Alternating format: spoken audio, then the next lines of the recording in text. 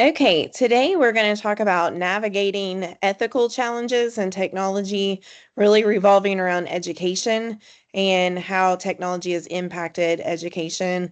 Explore some ethical dilemmas that come out of integrating technology in education, look at some cautionary tales from recent events that have happened around us, and also offer some practical strategies so we ensure that we're enhancing learning and protecting our students.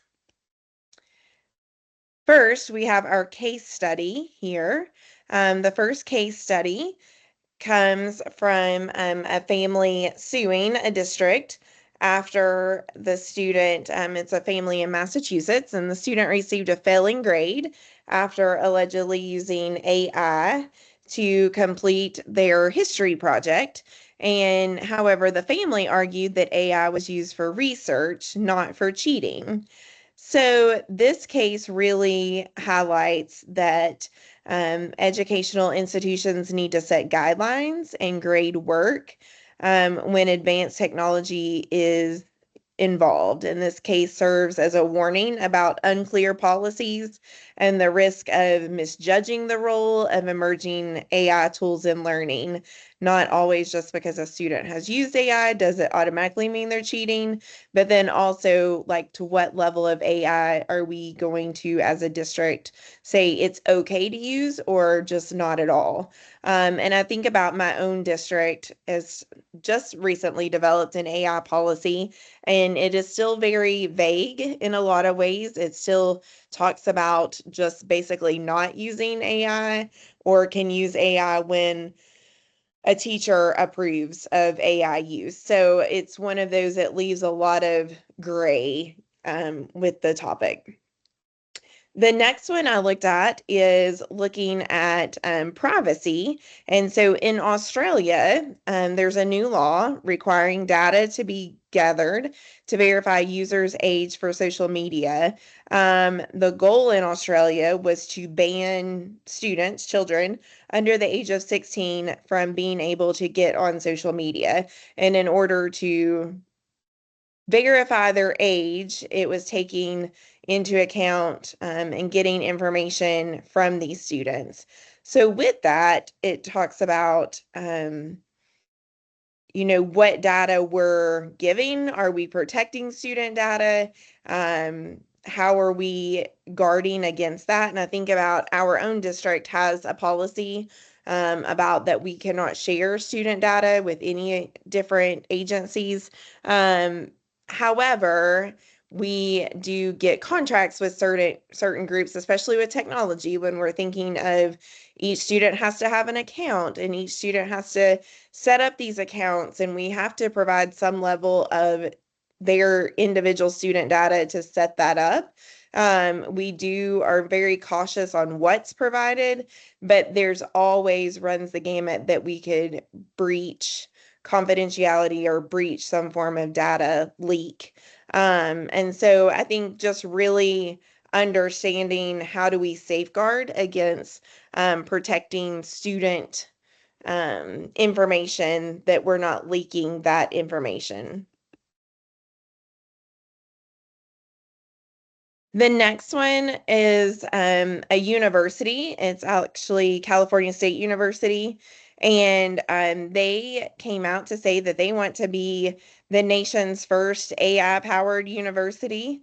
And so they planned partnerships with technology companies, and looking at the giants like Alphabet and OpenAI, to looking at using AI deeply in how teaching and learning. However, it's really, the details are very vague of how this is going to work. Teachers are worried that they're going to be displaced, the faculty members, in terms of, is AI going to take over their jobs of teaching? Um, Also, they're really concerned about, is it going to replace critical thinking skills for students? So this initiative once again talks about that, the ethical part of it. It also talks about when there's not clear guidelines, that there's a lot of gray areas.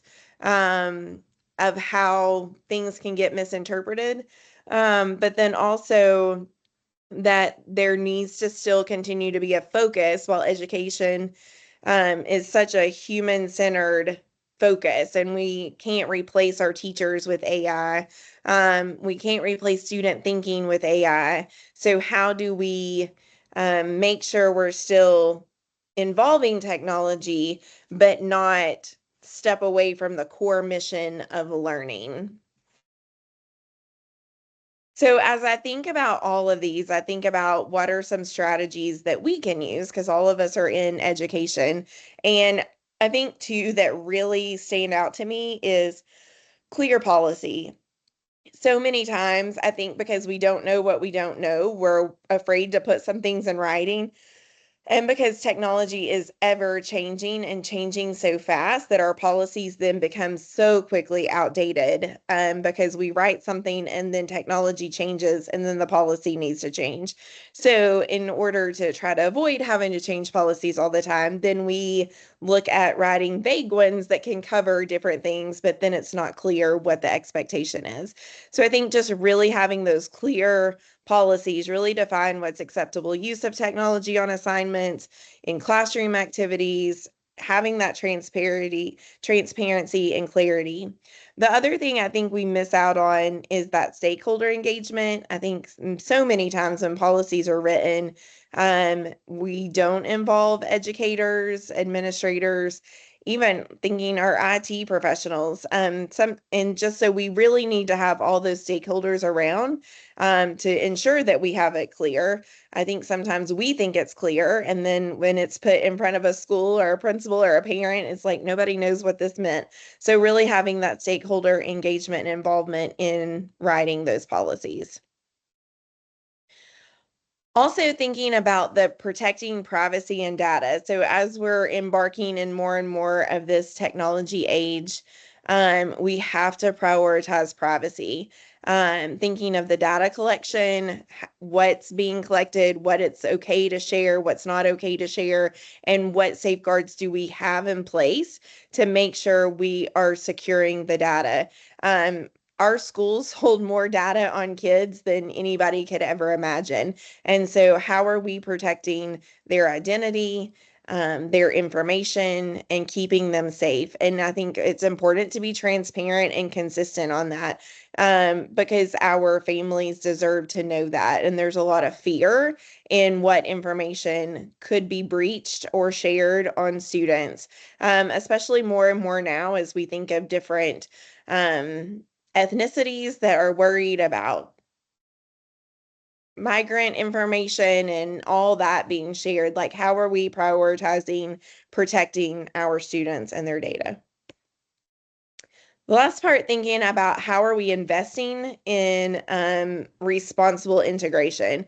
One of the biggest keys is professional development. A lot of times we invest in the technology tools, but not so much in the PD to go along with it to train our staff and our families and our students on the new technology and how they understand the benefits and potential pitfalls of the technology.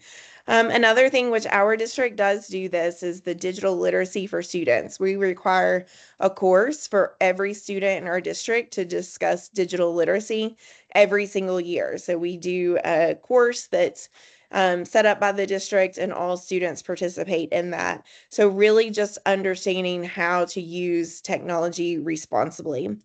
And last but not least, we are in the human-centered business and education. So as much as all these things are coming and we're so excited about them and they might could change our lives in ways, but in thinking of our kids too, like we still need our kids to be problem solvers. We still need our teachers to be the teachers.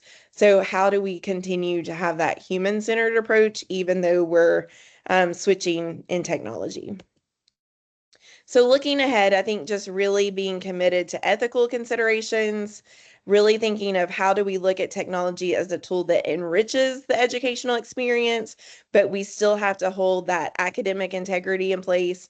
We still have to provide that privacy and make sure we're protecting our students and considering the students' whole well-being.